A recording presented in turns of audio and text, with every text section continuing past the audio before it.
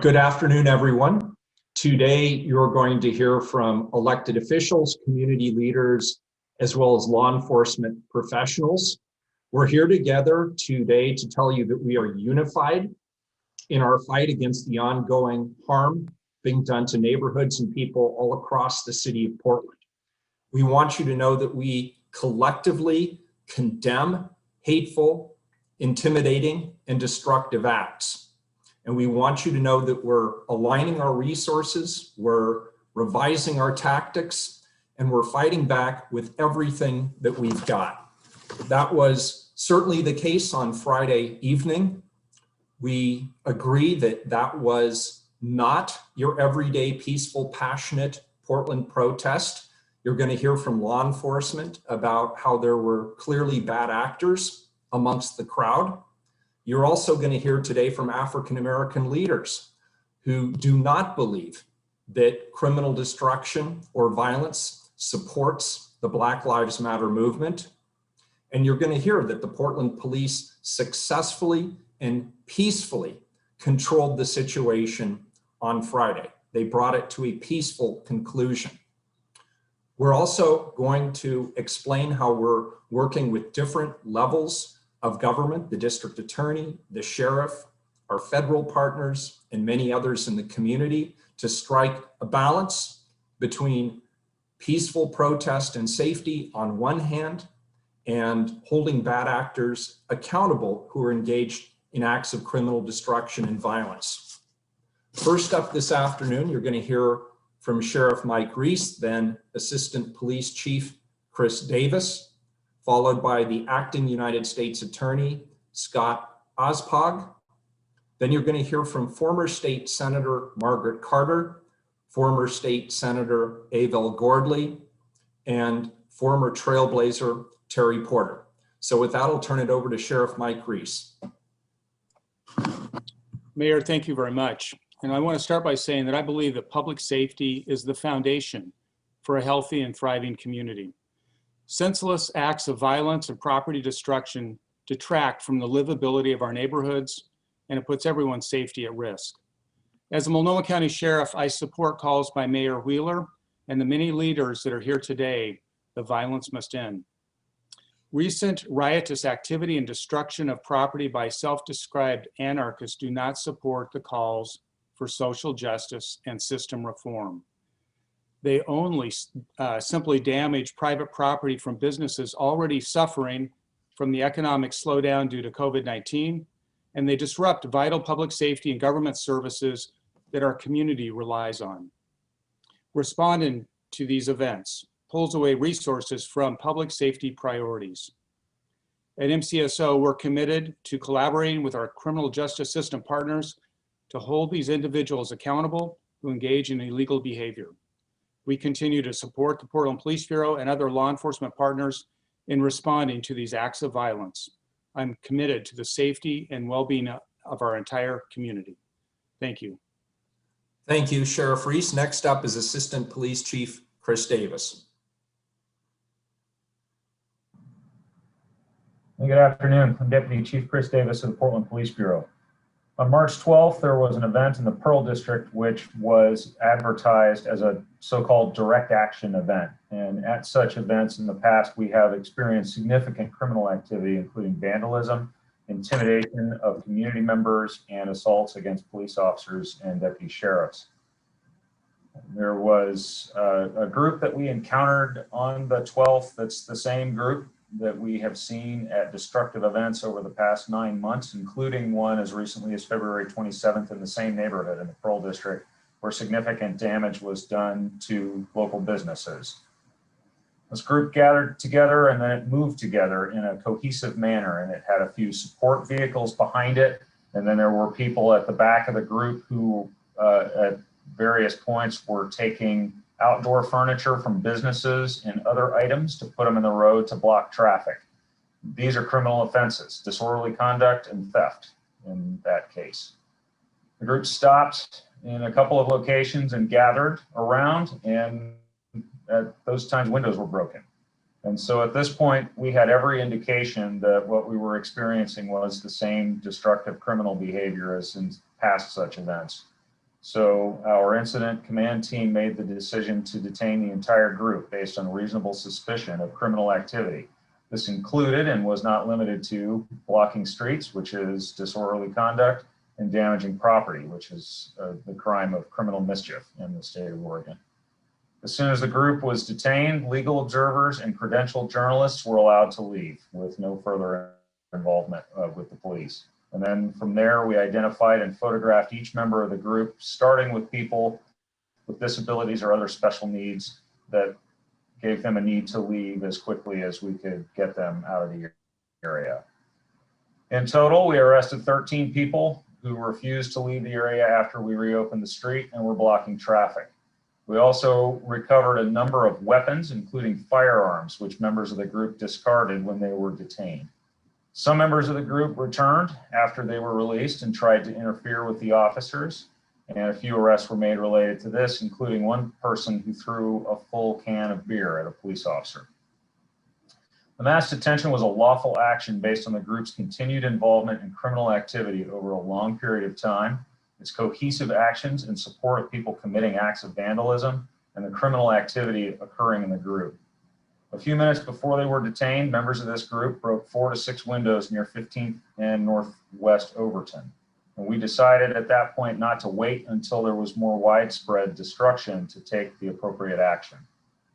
I want to be clear that this was not a protest group. This was a group of people who have come to believe that they're entitled to damage other people's property, threaten community members, and assault our police officers. And our intent is to hold them accountable. Information gathered from people who were detained is part of the ongoing criminal investigation into activity that has gone on at this and other events. On Saturday, we had 4 peaceful protest events in the city, and none of these events involved criminal activity, and thus no one was arrested or detained at any of them. This group from the Pearl District, however, on Saturday returned to the federal courthouse and broke more windows.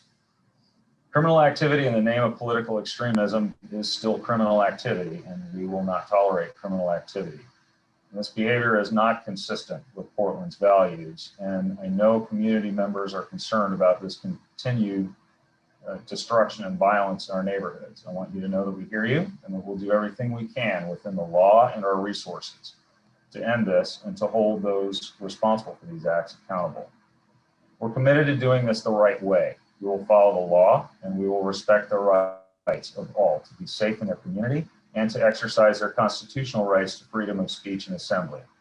I want to thank all the community members who've reached out since Friday in support of our efforts, and we welcome your input in the future in our work on this important matter. Thank you, Deputy Police Chief Chris Davis. Next up is Acting U.S. Attorney Scott Ospog. Good afternoon. My name is Scott Ospog, and I'm the Acting U.S. Attorney for Oregon. I work in the building that's become ground zero for what's been inaccurately described as protest-related violence. That description is false and plays into the hands of the few agitators whose criminal actions work to hijack the goals of social and racial injustice, or social and racial justice, that the workforce inside my building work each day to support. The Mark Hatfield United States Courthouse is named after an icon of civil rights, social justice, and racial equality in America. He was a man deeply committed to peace and was an opponent of the Vietnam War. He supported peaceful protest and was a tireless advocate of Indigenous persons. The Hatfield Courthouse is well named because the people who work here, the custodians, the prosecutors and defense attorneys, the U.S. Marshals, the probation officers, court reporters, and judges are all dedicated public servants who come to work each day with the same goal, to do the right thing on behalf of the community. This is where Oregonians come to litigate civil rights, where issues of public safety, the environment, and the rights of tribal nations are heard before judges. This building represents justice to all Oregonians. Let me be crystal clear. The people who work here support the voices of racial and social justice, but we will not be intimidated from doing our jobs by ugly graffiti or by broken windows. We do not confuse the voices of the many with the shouts of the few who hope to hold our city hostage by petty crime and violence. Hardening the exterior of the federal courthouse was the easy part, but this is not a federal issue. This is not a state or a local issue. This is a community-wide issue around which we all need to come together to stop. Each one of these rioters is a son, daughter, brother, sister, friend, or life partner of someone who knows that what they are doing is wrong, is hurting our city, and will end badly for their loved one. We need you to raise your voice too. Tell them to stop. Tell them that their continued violence is only hurting their cause, and tell them they will be held accountable for their crimes. Especially in this time of optimism about the end of the pandemic, it's time for us all to come together. Come together to reckon with social and racial injustice, come together to bring our city back to life, and come together to stop the few who hope to keep our community torn apart. Those of us who work in the Hatfield Courthouse are ready to do our part. Are you? Thank you. Thanks, Scott. Next up is former State Senator Margaret Carter. Good afternoon, Senator. Senator, you're muted still. There you go. Okay, thank you so much, Mayor. And I'm very pleased to see you call the community together at large. And my comments are directly to those who are responsible for what is going on in our city. Yes, words matter, folk, but I want you to know Black lives matter. But most importantly, your actions matter. And I'm asking you as protesters and marchers to hear the words of those who have come before you on this journey of marching and protesting for justice. We never destroyed property. It was always a peaceful march.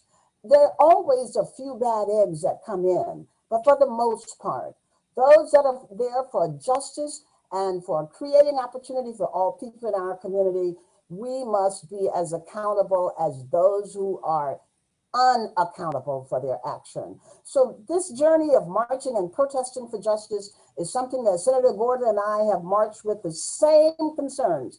It is definitely your constitutional right to march and protest when you think our government is not listening, but it is certainly not your right to create violence and destruction upon merchants and our once beautiful city. Please stop it today.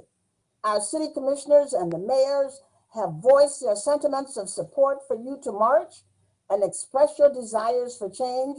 But as all of us know, change is never immediate. And for every marcher that marches for freedom, there are marchers on the other side that are against those same freedoms. So our leaders have to balance both of the concerns of those on the right side as well as those on the bad side.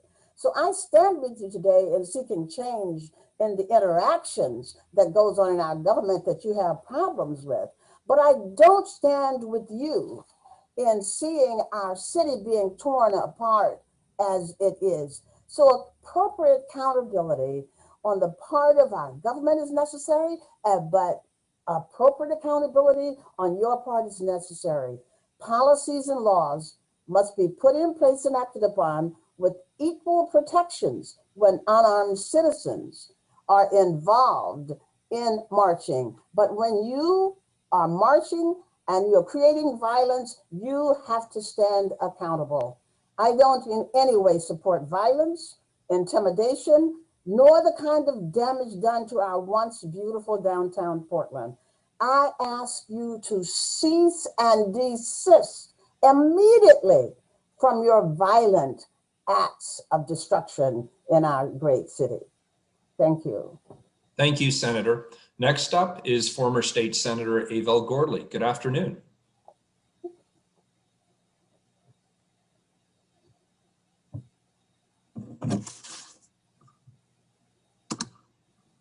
Good afternoon.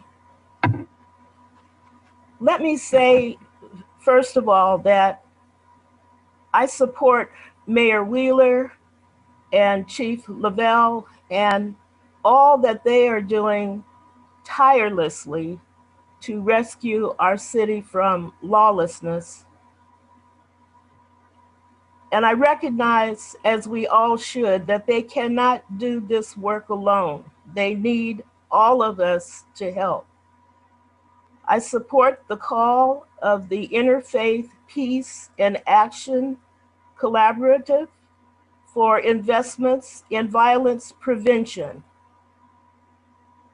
and demand that the entire City Council support the call from this peace collaborative for these investments.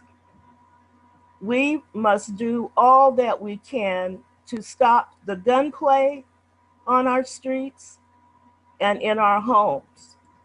And I want to say that, speaking as an elder and lifelong Portlander of 74 years, all the violence, the gunplay, the anarchist behavior, and lawlessness in our streets is disturbing everyone's peace, and has some of us feeling that we're living in fear of the anarchists and when they're going to strike next, when and where the gunplay is going to hit, when and where the bullets are going to fly. The misguided and miseducated anarchists reject civility and instead intentionally create mayhem through criminally destructive behavior, tearing up our city, and this must stop. Some engaged in this criminal behavior say they're doing it to support Black Lives Matter. No, we reject that. They need to stop. And I say to them today, stop. You are not helping. You are not helping. You are hurting Black people. We need peacemakers and peacekeepers. We need peacemakers and peacekeepers. And to those who are concerned about police accountability, please know that I share some of those concerns and at the same time support community policing. I remember the 1980s and our community policing worked together to rescue parts of Northeast Portland. And I invite the citizens of our city to read a thoughtful column in this past Sunday's Oregonian by Candace Avalos, where she presents a vision for what community policing could look like. And I will say that in all of my years of living in Portland, many of those years spent working for fairness in the administration of justice, I remain hopeful. This is our city. Let's claim it. Let's put our arms around it, and let's all do better because we can. Thank you, Senator. We appreciate it. And next up is somebody who really needs no introduction, former Trailblazer Terry Porter. Good afternoon. Oh, yes, Mayor, good afternoon. Can everybody hear me? I hope everybody can hear me. Yeah, loud and clear. You sound great. Thank you, Mayor. Appreciate it. Appreciate all your work. The violence happening in our streets is very disturbing. I'm speaking out today as someone who loves Portlanders and someone who is deeply concerned about the future of our city. As a father, as someone who has coached hundreds of young people, and a mentor to many who I've saw grow up at the Boys and Girls Clubs. Portlanders have always believed in me, and I've always believed in Portland. And on behalf of myself, my family, I appreciate those standing up peacefully for Black lives, but those that continue to cause destruction and vandalize the small businesses in our city, our great city, our beautiful city, I have a message. This is not what Black Lives Movement is about. It does not make me as a Black man any safer. This is a distraction from the important work that needs to be done. And as I'm learning more and more about the issues, we must address those issues. The gun violence plaguing our streets. We've had a record 200 shootings since the beginning of the year. We must address the 20% of children in Multnomah County that are living in poverty, with the majority of these young people coming from communities of color. We must address the graduation rates of Black students. We're coming out of a pandemic, and economic recovery will take all of us working together. We won't be able to address the issues impacting Black lives if we don't stand together peacefully. I urge us to turn a new chapter together, one of dialogue and building common ground, and not one based on fear and intimidation. I know what it feels like when Portlanders stand together. We all do. We've seen it. Let's walk together as one Portland to show the country how we can stand for humanity and where all of us strive, our businesses, our artists, our neighbors, and Black lives. I'm so honored to be a part of this panel, and thank you for including me. Thank you for being part of it, sir. We appreciate it. And next, I'll turn it over to Tim Becker, who will moderate questions and answers. Tim, go ahead and take it away. Okay, thank you, Mayor Wheeler. And before we move forward with the questions, I also want to acknowledge the presence of a couple members of the community who did not speak, but who are here in support today. And those members of the community are State Representative Janelle Bynum and former Director of the Office of Violence Prevention, Antoinette Edwards. Thank you to both of you for standing alongside of us this afternoon. Now, members of the media, if you can use the raise hand icon, if you have a question, we would appreciate that so we know who you are. When I do call on you, please let us know who your question is for before asking. So I will be looking for those raised hands for anybody that has any questions. I see a couple right now. Jonathan Levinson from OPB, go ahead. Who's your question for? This question's for Mayor Wheeler. On New Year's Day, you had a press conference on the same topic. You said that you were going to convene a meeting with federal, state, and local law enforcement to, you said, develop clear plans to address anarchist violence. You also said you wanted to institute a type of restorative justice where people convicted of vandalizing property would have to meet with the owners of that property and perform community service to repair damages. Did either of those two things happen, and do you have an update on how that's going? Neither of those things have happened at this point because there frankly isn't interest in the part of the legislature to bring those issues forward. Those would have to happen at the statutory level. I still remain interested in both. Look, we arrested somebody the other night for a fairly egregious act of criminal destruction, and it's my understanding he'd been arrested at least 2 times previously in like the prior 6 to 8 weeks.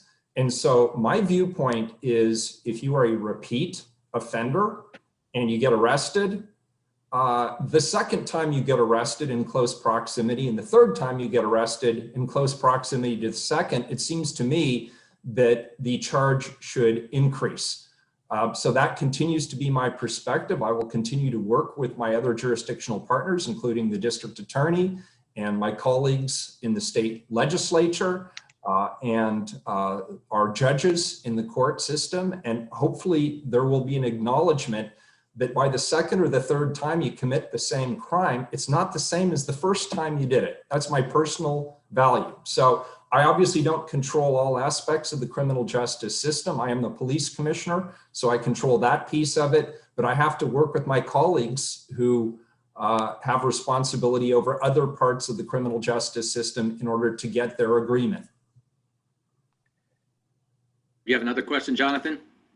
Yeah, I did have one more. One my more. apologies Good. to my colleagues. This is for Deputy Chief Davis. There are videos from Friday night of media being forced out of the area, the Kettle area, and other reporters said that they were forced to stay, a block away where they couldn't even see what was going on. Can you explain why that doesn't violate court orders against dispersing media? Well, I'd have to be a little more familiar with the specifics, and obviously those are questions, they're complicated legal questions that are subject to opinions on either side. And, you know, one way in which we would be able to do something like that without violating the TRO, for example, might be if we allowed media to stay in the area.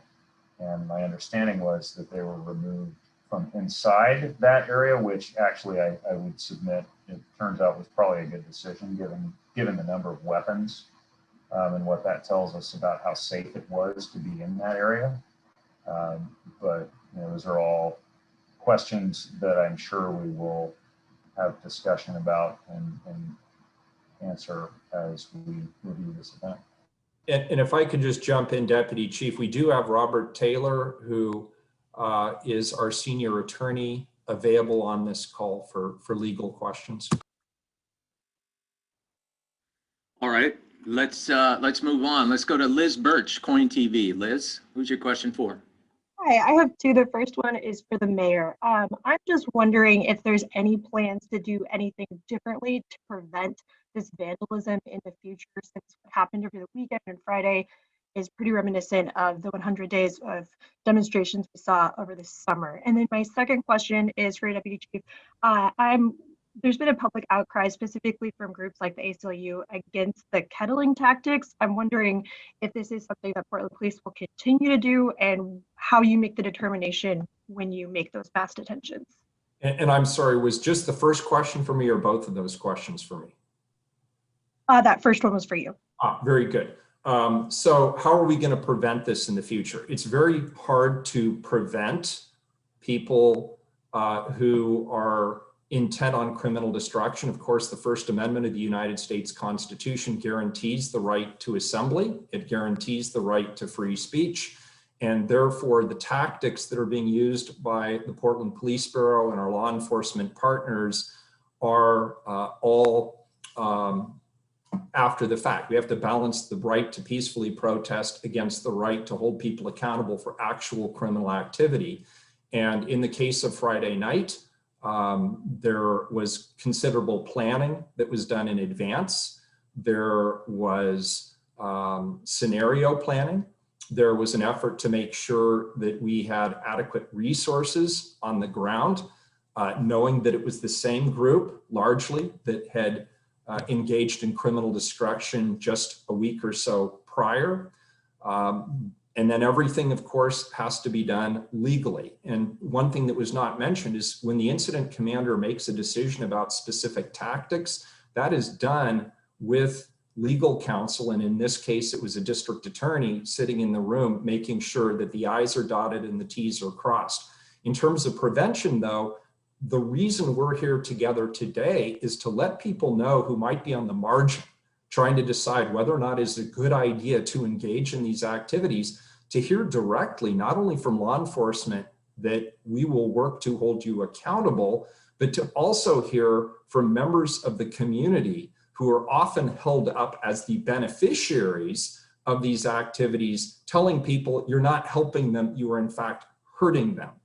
And so I'm hopeful that getting our message out like this in a unified way is part of the process of preemptively ending some of this criminal activity and destruction before it happens. We really want these folks to think long and hard about what they are doing. They're not only, as you just heard today from some African-American leaders, detracting from and working against the values of BLM, they're also standing on the air hose of the economic recovery for a lot of our small businesses in this community.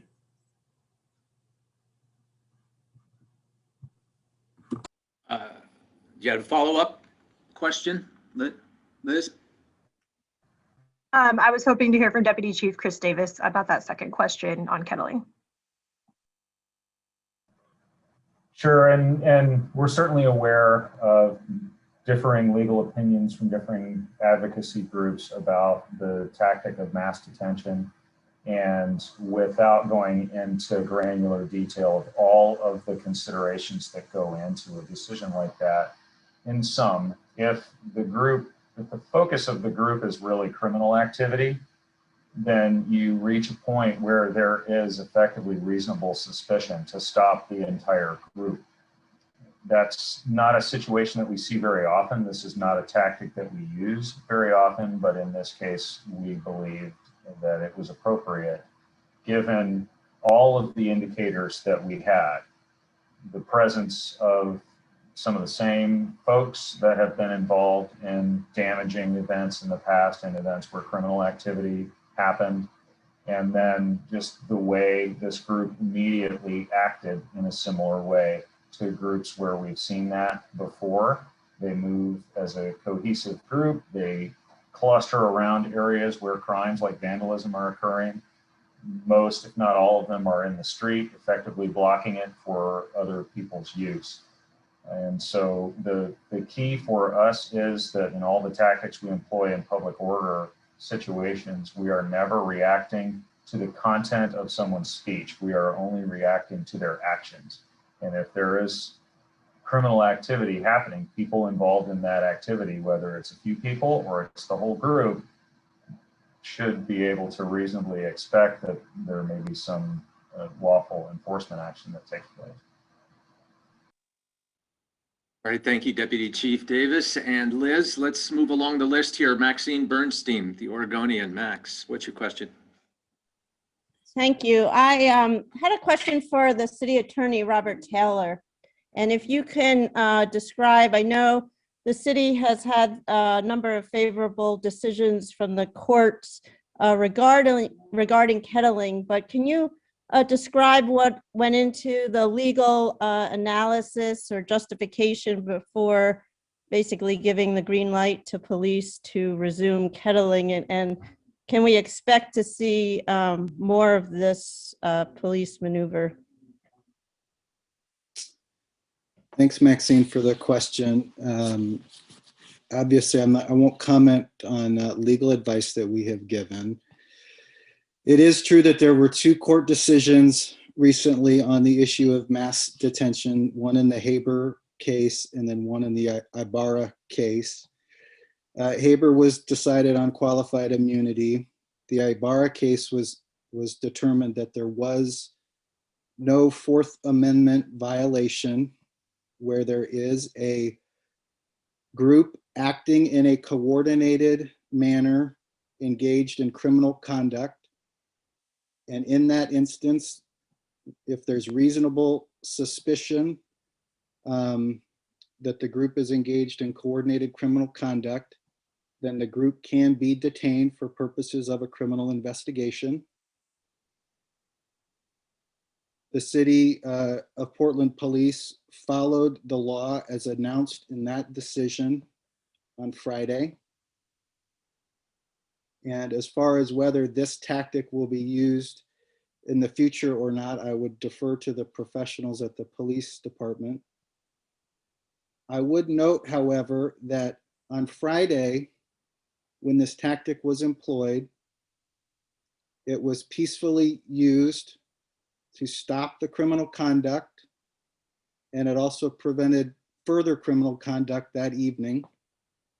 And that was done without the use of widespread tear gas or use of impact munitions, which has also been criticized by the community and others. And so this was an effort to obey the law and follow these recent court decisions, and also bring this criminal conduct to a peaceful end without using other alternatives.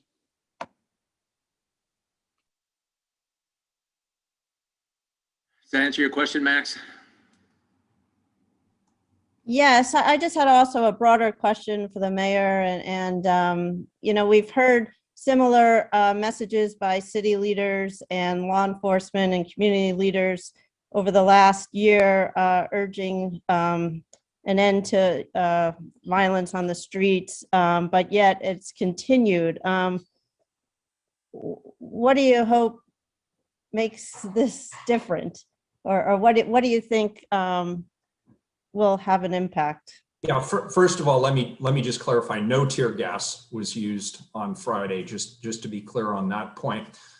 So what's different, I think, is a couple of different things. Number one, the community is sick and tired of people engaging in acts of criminal destruction and violence and doing it under the guise of some noble cause. That's not what's happening here. And you heard significant evidence today that backs that. There were clearly bad actors amongst the group on Friday, and we're increasingly seeing that. So we have the community coming together and making that clear. We have law enforcement working together amongst different jurisdictions in a collaborative way that we have not been doing as effectively as possible previously. We're working closely with the district attorney to make sure that there are prosecutions of people who are engaged in egregious acts of criminal destruction and violence. And we saw the district attorney step forward with several dozen prominent convictions recently. We saw one case adjudicated where an individual who had broken a number of windows received 3 years of probation and $46,000 in restitution. So the word is getting out that people will be held accountable. We're changing our tactics. You saw that on Friday. And again, that was done with thoughtfulness, with planning, and making sure that the legal I's were dotted and the T's were crossed. So you should expect to see some different tactics being used going forward.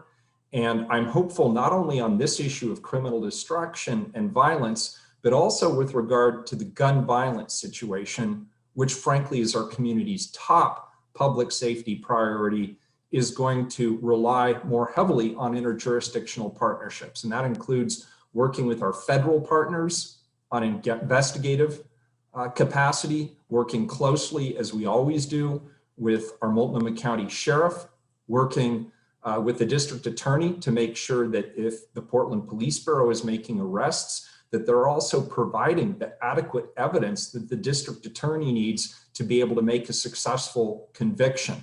All those pieces are coming into alignment now. And for me, that gives me confidence that we are on the path towards ending this nonsensical and valueless criminal destruction in the city of Portland. All right, thank you, Max. Thank you, Mayor. Next up, Alex Zielinski. Who's your question for, Alex?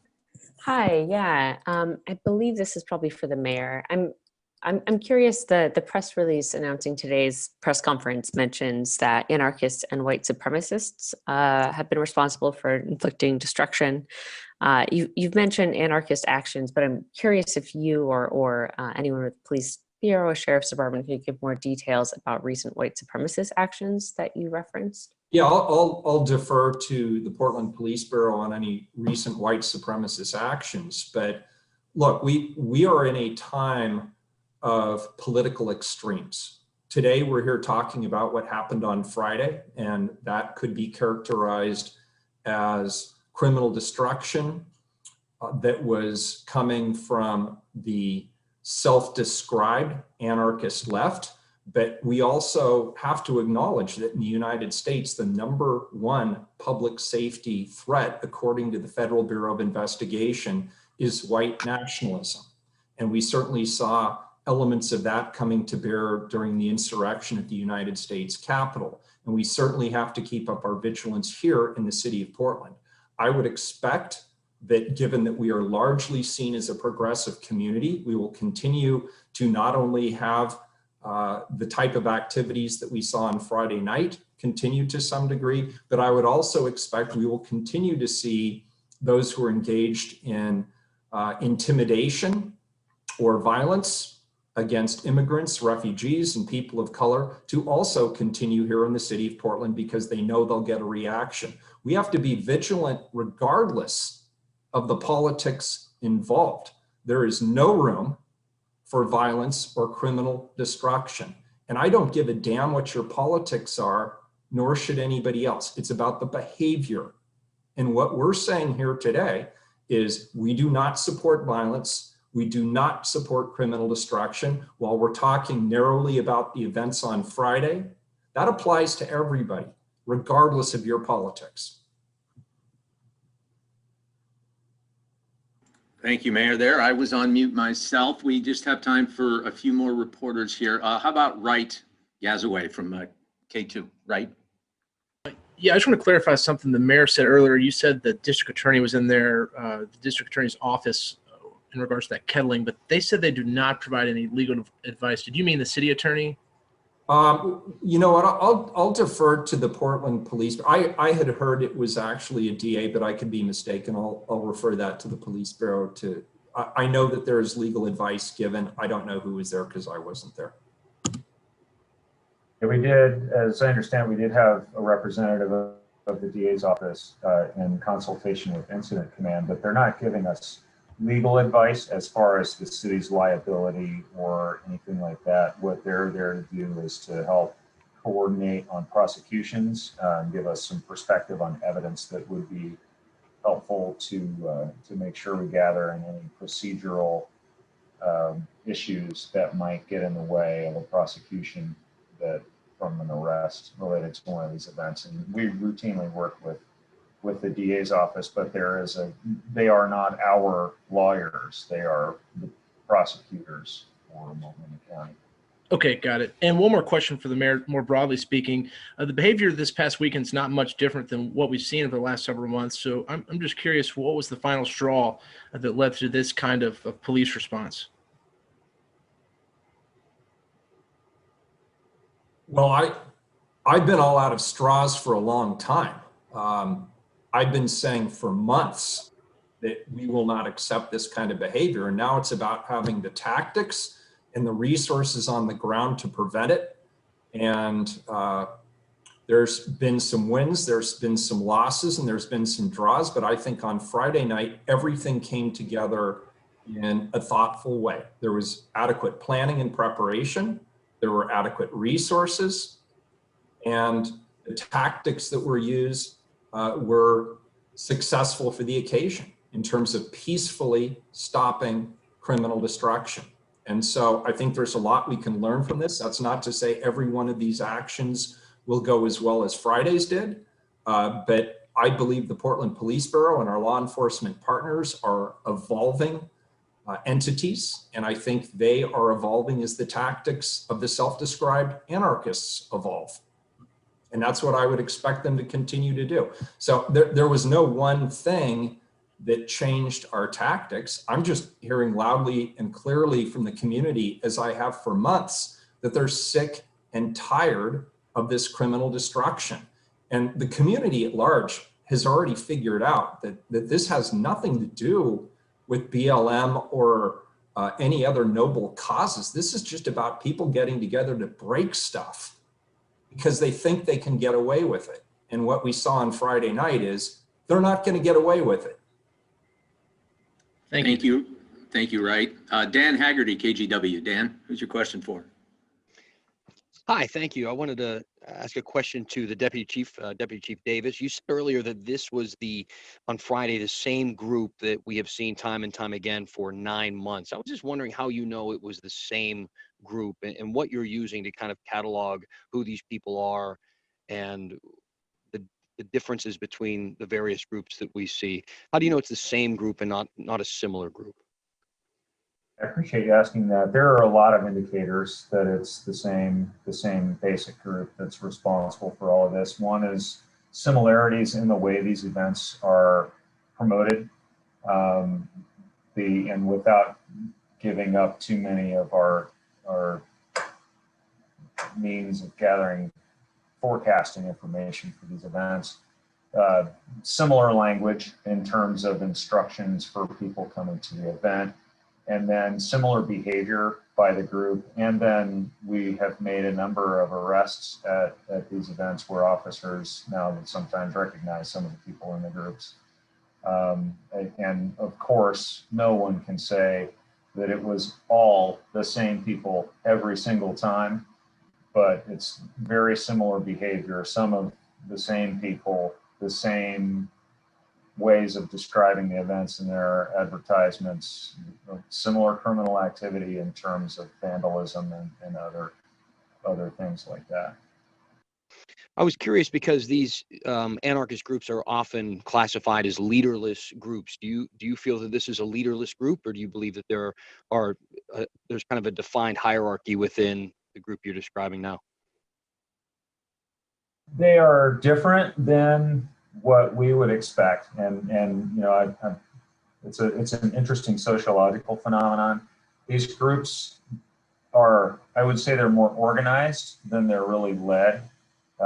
They tend to resist having any one person identified as the leader and as an authority. They're almost crowdsourced, and so they'll come together and collaborate on their activities. And you know, that's like what we mean when we say that they act as a cohesive group. It's different than what people traditionally think of in terms of group behavior with one authority who dictates all of the moves, but they are still coordinated with one another.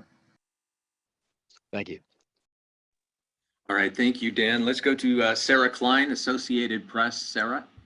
Hi, yeah, thanks. I actually had a similar question. Mayor, I know in the past you've described this group as mostly young white males. Can you tell us any more about them? How many people you suspect are part of this group? And then also, have you attempted to try and sit down with any of them, or is that just not even going to happen? Look, I have offered, well, first of all, I'll defer to the police who make the arrests, and they're the folks on the ground. My personal observation is that the groups are largely white, largely male, and largely young. That's not to say exclusively, but a couple of weeks ago when this group was going through the Pearl District, I actually was in close proximity and I had the opportunity to observe it myself.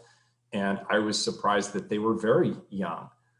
And yes, they were overwhelmingly white and they appeared to be overwhelmingly male. And based on the arrests that I've seen in the past as well, that would seem to be the case, but I'll defer to the police on that matter. And I forgot what the second part of the question was. Sorry, not enough caffeine. No, it's okay. Have you had the opportunity or have tried to sit down with anyone from the group too? Yeah, absolutely, and they won't. You know, I have on many occasions offered to sit down. They work anonymously. I get attacked by them on a regular basis, but it's usually anonymously. And I've said, look, take off the mask. Let's sit socially distance away from each other. And I want you to explain to me how rampaging down Martin Luther King Boulevard, which was done previously, how that supports Black people in the city of Portland, or alternatively, when you came to my apartment building and you ransacked a business, why was the only business you ransacked owned by a Middle Eastern immigrant and the white businesses didn't seem to be touched? Except he also burned the picnic tables from the Vietnamese family's restaurant across the street. Explain to me how that lifts people of color in our community. And as of yet, I haven't had any takers. You know, periodically, at the very beginning of this, I was invited to meet with a couple of roundtables of individuals. I even went out at the request of some folks who were engaged in the demonstrations to go out and meet with them. They basically shoved a megaphone in my face and swore at me for 20 minutes. So honestly, those conversations haven't been particularly productive. And if they have a set of philosophies, the public at large is utterly at a loss as to what that philosophy is. And as I say, I don't think there is one. When you come to a quote protest and you bring your gun, or you bring your slingshot, or you bring your axe or your hammer, that doesn't tell me you're there for peaceful purposes. That tells me that you're there as a bad actor for the purposes of conducting criminal acts. And as I've said on many, many occasions, I do not support violence or criminal destruction as a means to any political ends, regardless of what you state your philosophy as being. All right, thank you, Mayor. We got time for one more, and that one is Tess Riski with Willamette Week. Tess? Hey, I'll make it quick. Thank you. My question is for Mayor Wheeler. I just want to clarify your stance on kettling. Is this a tactic that you support the Portland Police Bureau using going forward? So as you will recall, the first time I encountered kettling as a tactic as mayor was, gosh, that was probably 3 years ago now, at least. It may have even been 4 years ago. And at the time I raised some questions, and I'm on the record as saying at the time, if this is a tactic that the Portland Police Bureau is going to use, I have some questions. And one of the questions was, is it legal? And you'll recall that we were sued by an array of civil rights groups. The second question was, has this been thoughtfully planned and carried out to full effect? And so what's different, fast forward to last Friday night, is there was planning that went into it. There was thoughtfulness that went into it. And the police bureau used that tactic. In fact, the incident commander directed that tactic, knowing that in fact, under limited circumstances with reasonable suspicion of criminal behavior, that it could be used legally. And my observation is that that tactic was used successfully, it was used peacefully, and it ended what could have been further criminal destruction in the city of Portland. So in that particular case, I applaud the Portland Police Bureau for their thoughtfulness, for their planning, and their attention to detail to make sure that legally the I's were dotted and the T's were crossed.